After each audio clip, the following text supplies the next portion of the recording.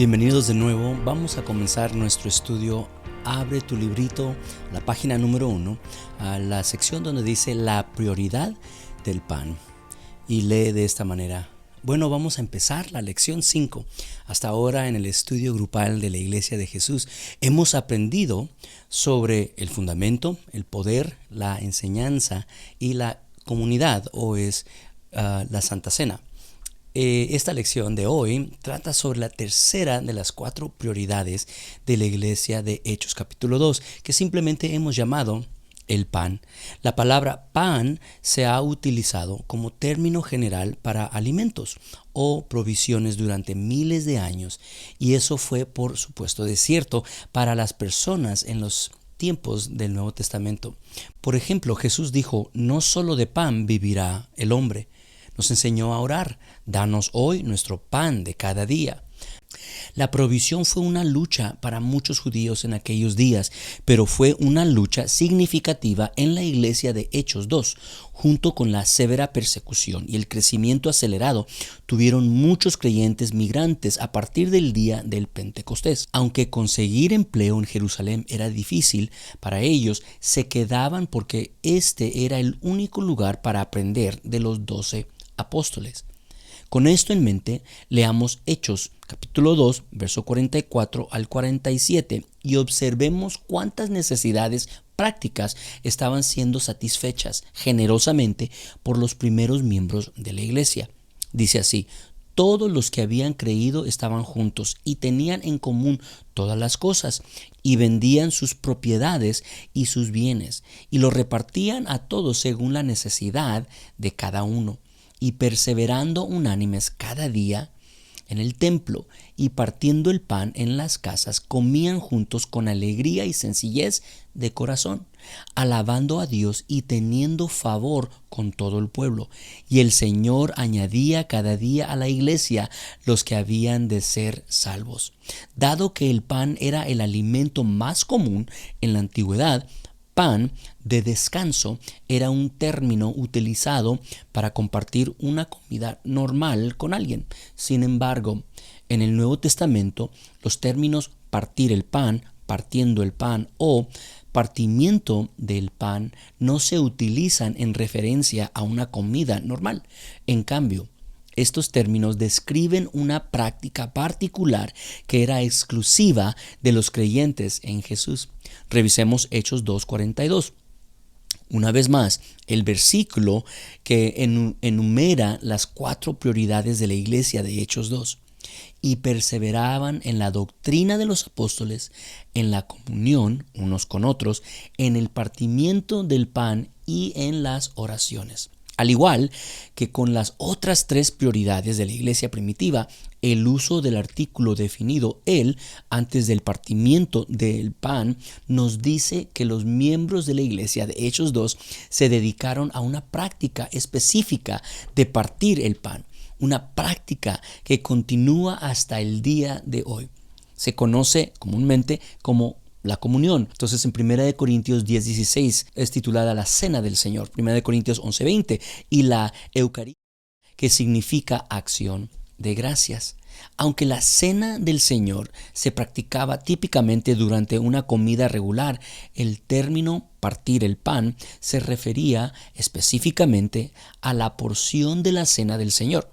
Leamos Hechos 2:46. En la Reina Valera contemporánea, era natural que la Cena del Señor se practicaba durante una comida, porque comenzaba durante una comida, la comida de la Pascua.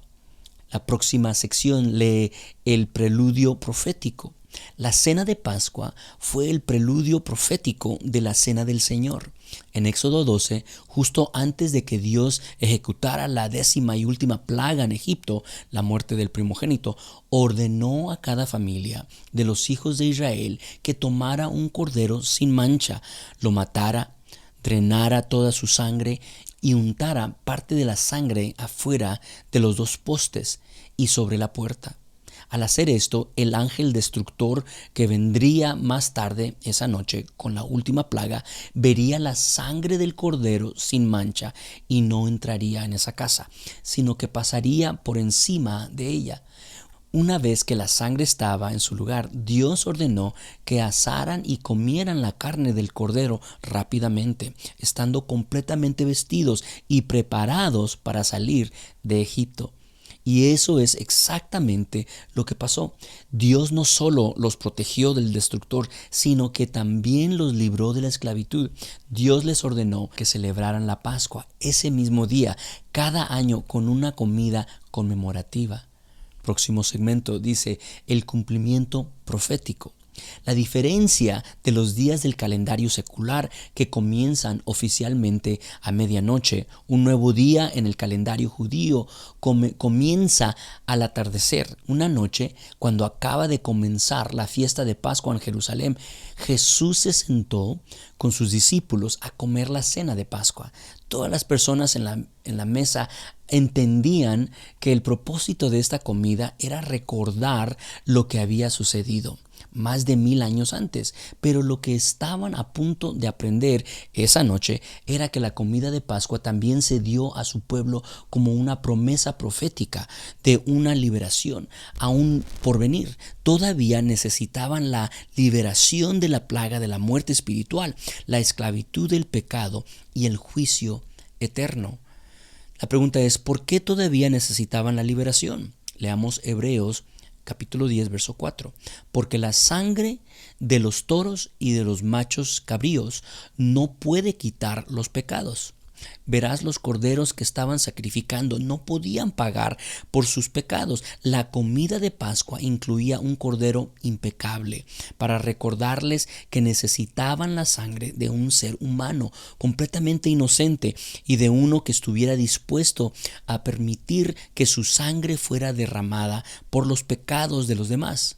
El problema era que nadie en la tierra tenía sangre inocente. Entonces, ¿qué hizo Jesús? Unos 33 años antes de esa noche de Pascua, Jesús, debido a su amor, se degradó a sí mismo y se convirtió en un ser humano. Lo hizo para tener un cuerpo humano con sangre inocente. Página número 4, por favor.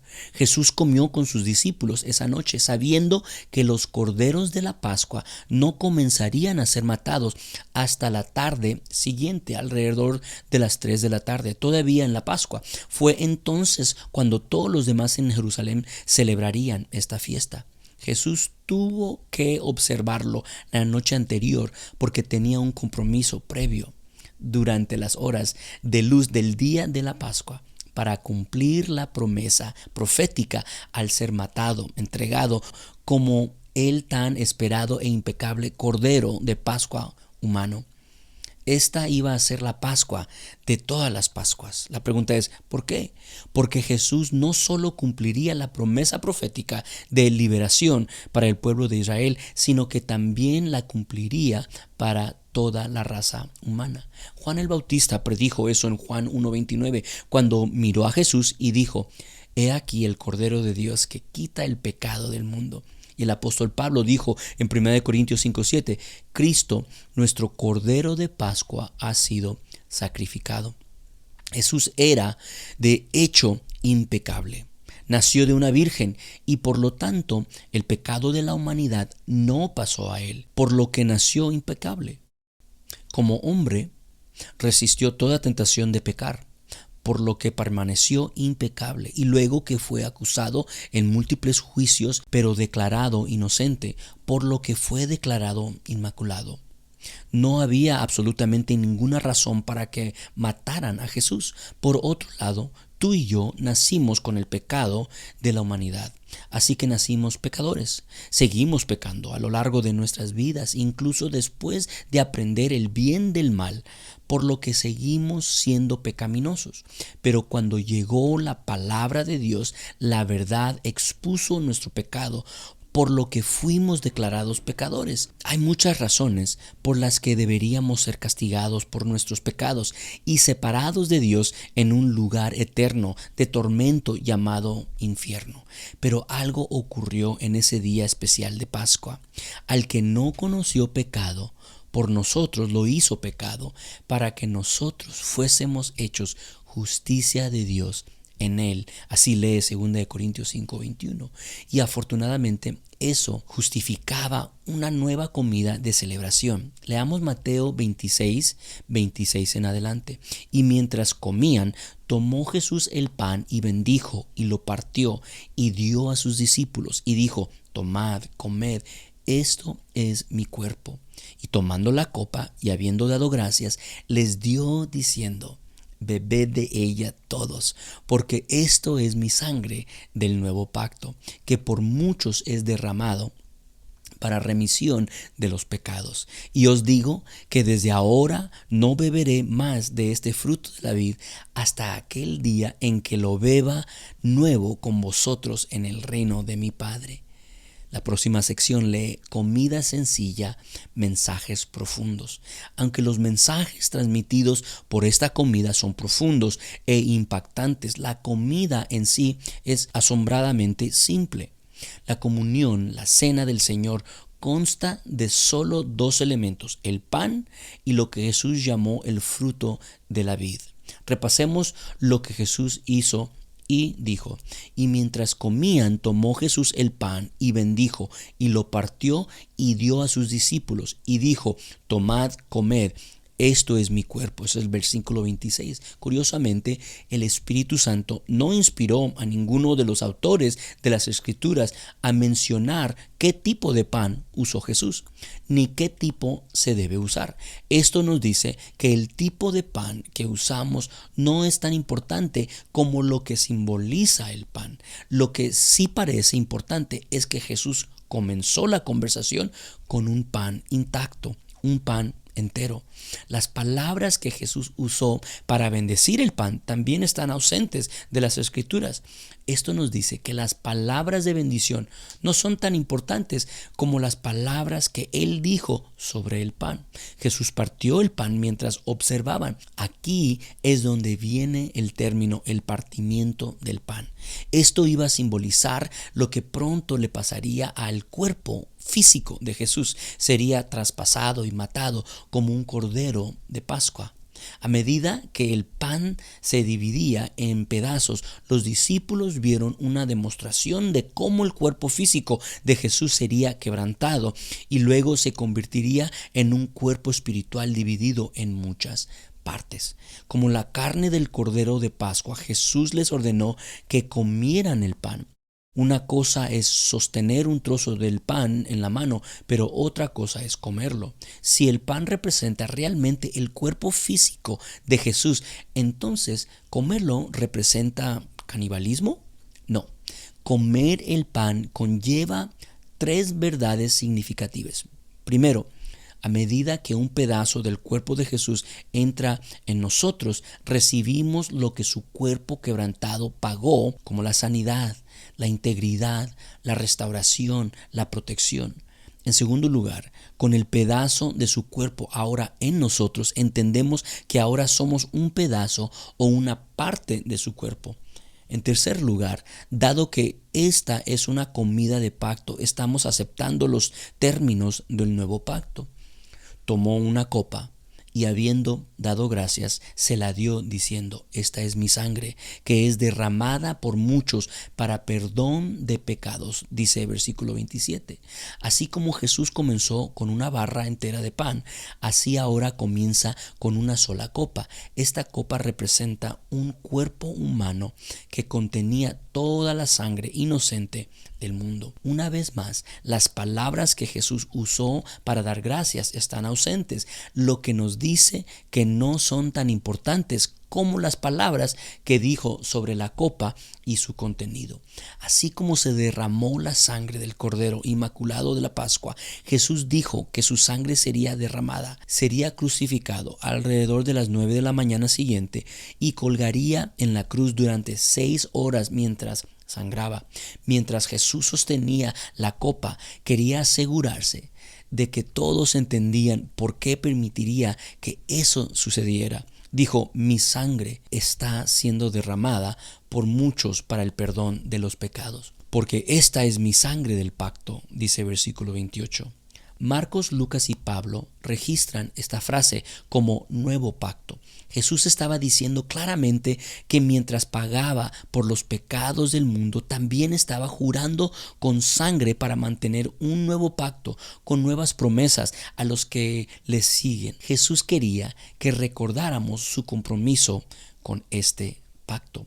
Bebed de ello todos vosotros, dice el versículo 27. Los discípulos de Jesús bebieron de una copa. Una forma de demostrar esto hoy es verter de una copa o cántaro en el número de copas necesarias como un ensayo de cómo se derramó la sangre de Jesús por nosotros. Al beber e ingerir lo que simboliza la sangre de Jesús, debemos considerar que su sangre no solo nos lava de los pecados físicos, sino que también limpia nuestros corazones y mentes. Y el ser la comida del pacto y recibir su sangre, aunque simbólica, nos hace uno con él. Próxima sección, lee las enseñanzas de Pablo. Pablo nos dice en 1 Corintios 11:25 que Jesús también incluyó las palabras: haced esto todas las veces que lo bebiereis en memoria de mí.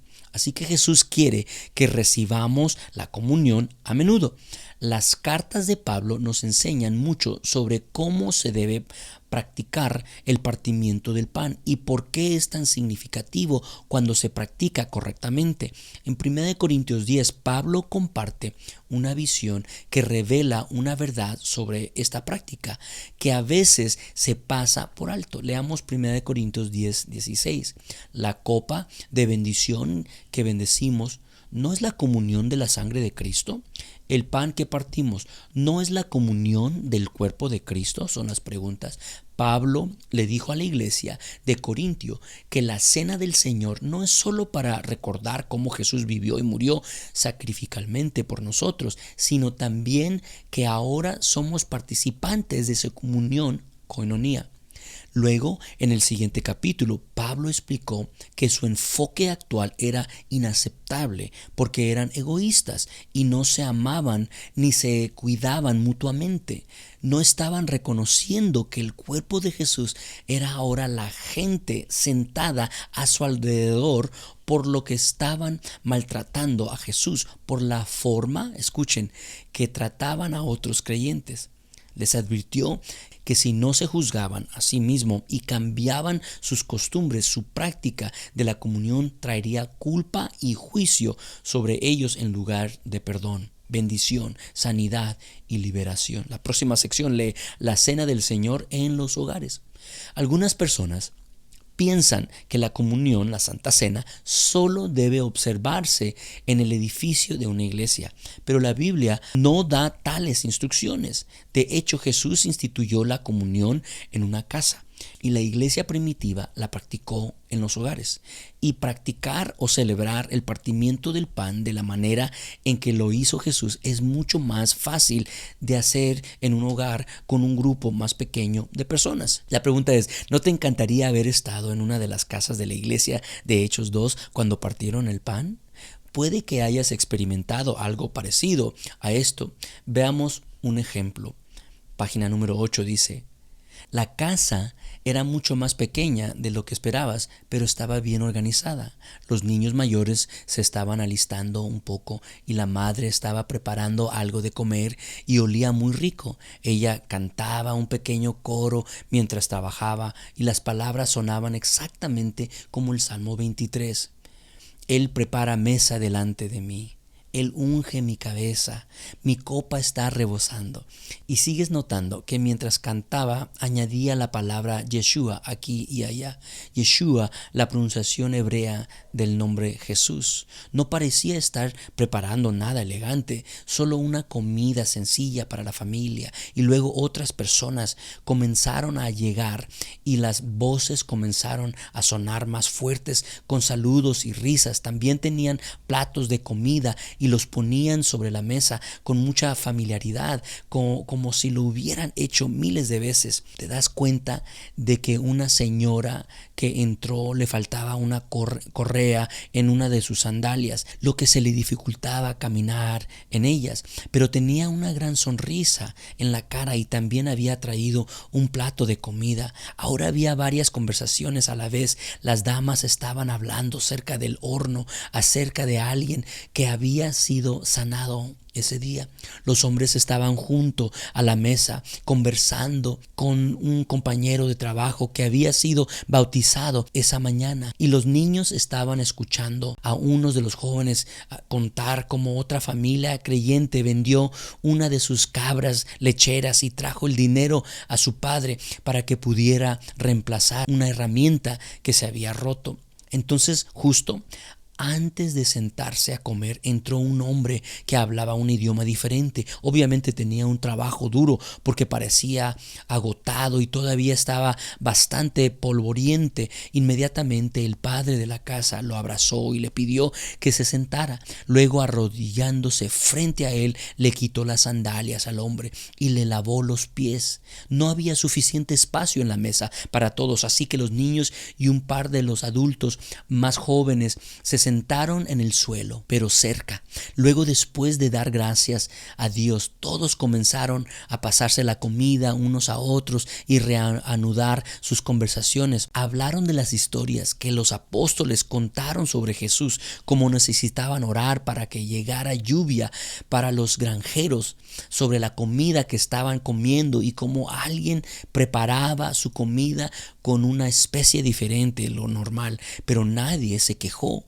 En cambio, solo se pronunciaron palabras de aliento entre sí. Y luego, en cierto momento, ves al padre de la casa descubrir la cesta de pan y sacar lo que parecía un pan de pita grande que se había colocado en el fondo de la cesta sin que el hombre dijera una palabra. Los demás dieron cuenta y la conversación pronto cayó en silencio mientras observaban al hombre con el pan. Cuando todos le prestaron atención, incluyendo los niños, dijo: preparémonos para recibir la cena del Señor.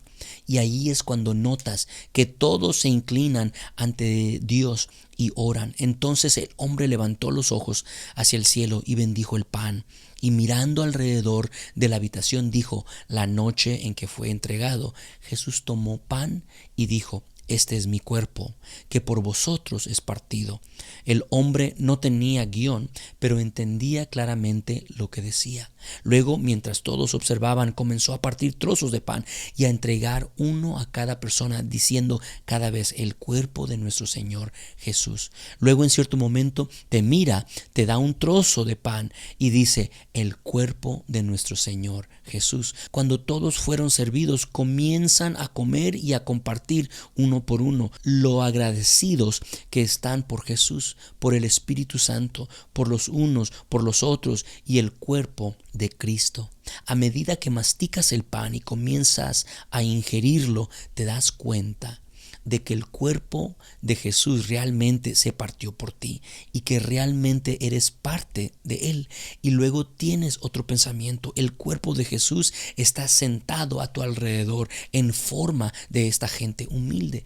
Cuando todos habían compartido, el mismo hombre levantó una copa que acababa de llenar y la había bendecido. Entonces, mirando a su alrededor, Jesús dijo: esta es mi sangre que fue derramada por muchos para el perdón de los pecados, y es el nuevo pacto jurado en mi sangre. Entonces te miró directamente y te pasó la copa diciendo: la sangre de nuestro Señor Jesús. Un pensamiento tras otro corre por tu mente, primero de los pecados que has cometido, luego de Jesús siendo castigado por ellos, y luego de cuánto debe querer Jesús que seas perdonado y libre, y luego de cuánto debe querer Jesús que seas perdonado y libre de culpa. Así que bebes lo que representa la sangre, pero a medida que sientes que fluye por tu garganta, imaginas cómo la verdadera sangre de Jesús lava y limpia completamente tu corazón.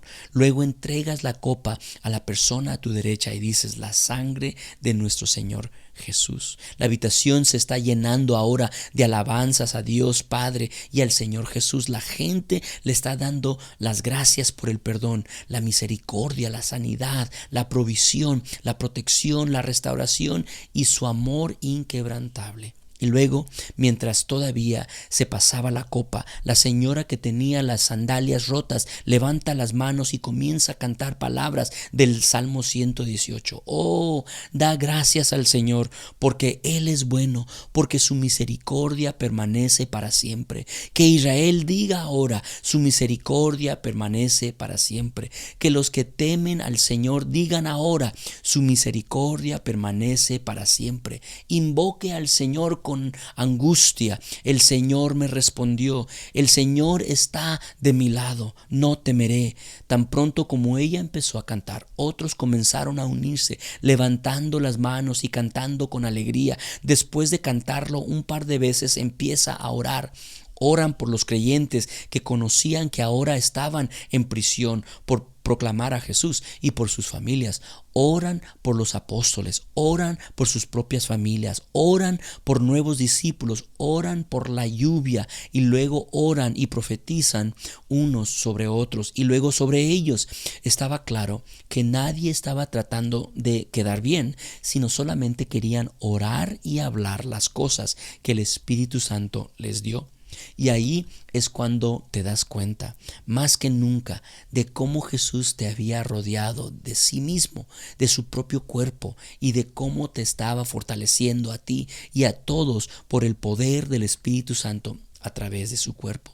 Pronto llegó el momento de irse y uno por uno se abrazaron mientras salían y se declaraban bendiciones como la gracia de Dios esté contigo y que el Señor te fortalezca o te dé descanso. Y luego la madre de la familia dijo, oh, espera, y rápidamente fue a la única habitación de la casa y pronto regresó con un par de sandalias usadas en buenas condiciones que le dio a la señora que cantó.